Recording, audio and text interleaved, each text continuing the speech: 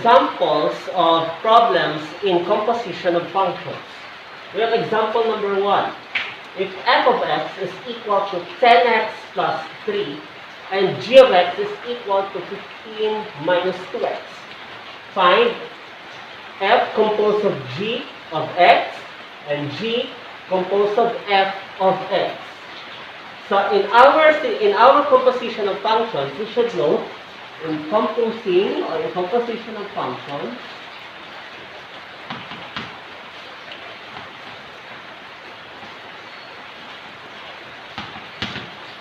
we should take note that if f is composed of g of x, this is actually equal to f of g of x.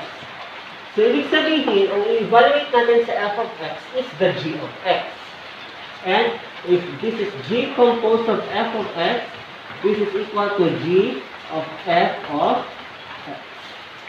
So, ganyan po ang composition of functions. So, we will have this example. So, we have solution here. So, we have, number 1, we have f composed of g of x. When we say f composed of g of x, this is equal to f of g of x.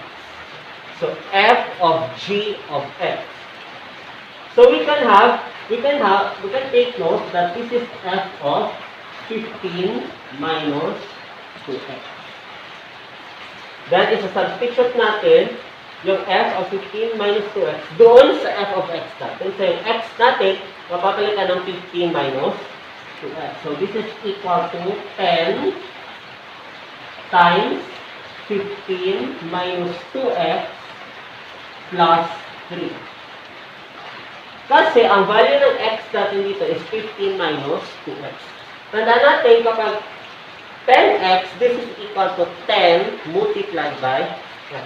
So, if i-distribute natin, 10 times 15, we have 150. Distribute. Then yung 10, i-distribute rin natin sa negative 2x, so minus 20x plus 3. I-arrange natin ito. So yung negative 20x, mauna siya, so negative 20x. I-add natin ang 150 at saka 3, so magiging 153. So, ang f composed of g of x pala is equal to negative 20x plus 153. Paano naman ang g composed of f of x? So, dito tayo. So, number 2 natin, g composed of f of x. Alam natin kanina na ang g composed of f of x is equal to g of f of x. So, yung g naman ang pan natin, so g of, ang f of x natin is 10x plus 3. So, yung x natin sa 15 minus 2x, papalitan ito ng 10x plus 3. So, magiging 15 minus 2 times 10x plus 3. Then, i-distribute natin itong negative 2 sa 10x at negative 2 sa 3. So, we have 15, negative 2 times 10x, so magiging negative 20x. The negative 2 times 3x is negative 6. We will apply the distributive property and the rules of integers if necessary.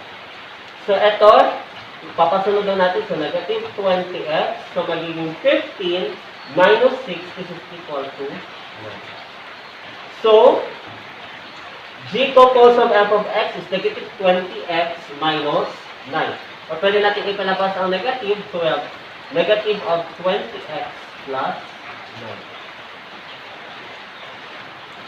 We have here example number 2. Given f of x is equal to 3x squared plus 5x minus 7, and g of x is equal to 3, find f composed of g of x and g composed of f of x. So, solution natin. We have number 1. If f composed of g of x, this is actually equal to f of g of x. And g of x here is equal to 3. So, substitute natin f of 3. We will evaluate f of 3 using the f of x, 3x squared plus 5x minus 7. So, we have 3x squared and 3 times 3 squared plus 5 times 3 minus 7. By the rule of Dundas, maunang exponent. So, i-simplify natin ang exponent dito. So, magiging 3 times 9 plus 5 times 3 minus 7. Nakuha natin ang 9 dahil 3 squared is actually equal to 9. So, we have 3 times 9, we have 27 plus 5 times 3, 15 minus 7. By Dundas, maunang addition. So, we have 42 minus 7. This is equal to 30. So, f composed of g of x is equal to 35. So, let's now solve for g composed of f of x. So, this is equal to g of f of x. So, we have g of 3x squared plus 5x minus 7. However, g of x is equal to 3. So, kahit anong value ng x, ang sagot natin is always equal to 3. So, we don't have to solve it. The answer is automatically equal to 3. So, this is the g composed of f of x. So, g of composed of f of x is equal to 3. So, we have example number 3. If f of x is equal to 4x squared minus 9, and g of x is equal to 1 over 3 plus x, solve for f composed of g of 2 and g composed of f of negative 2. Ibig sabihin yan, for example, in our first case, we have f composed of g of 2. Ibig sabihin yan, we will evaluate f of g of 2. So, before natin siya isa-substitute doon sa formula, we will evaluate first g of 2. Para hindi tayo nahihirapan, since we are dealing with quadratic expression, quadratic function rather, and a rational function. So, solve natin muna dito ang g of 2.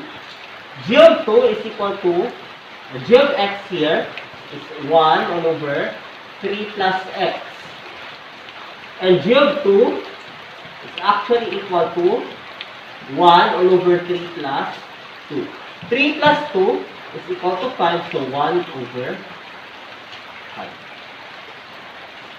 So, ang f composed of g of 2 dito, papalitan na natin siya ng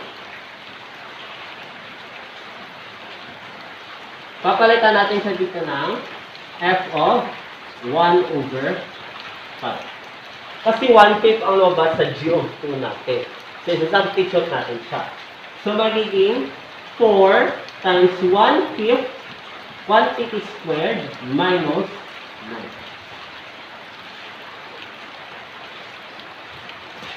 So, we have here, isa-square natin, i-distribute natin ang square sa numerator at sa denominator. So, we have 4 times 1 over 25 minus 9. And we have here 4 times 1, we have 4 over 25 minus 9. Then by LCD, yung trick na naman natin sa rational expressions, we have LCD divided by denominator times numerator. Ang LCD natin dito is 6 kasi siya lang denominator, so we have 25.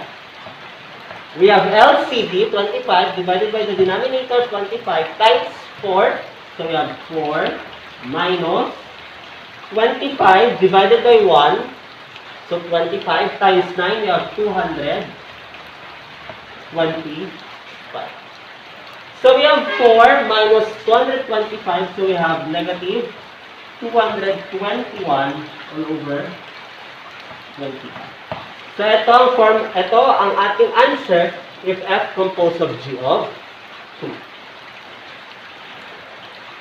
So, we have here example number 3, letter B, or number 2.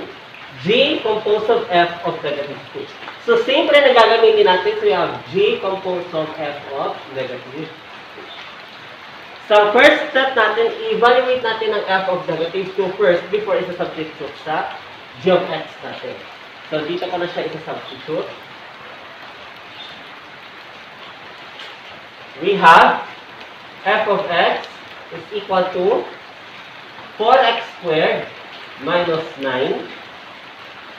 And f of negative 2 is actually equal to 4 times negative 2 squared minus 9. So, ang 2 squared, negative 2 squared dito, ang negative 2 squared natin dito, i-divide. So, we have 8 to simplify. So, negative 2 times negative 2, we have 4. So, 4 times 4 minus 9.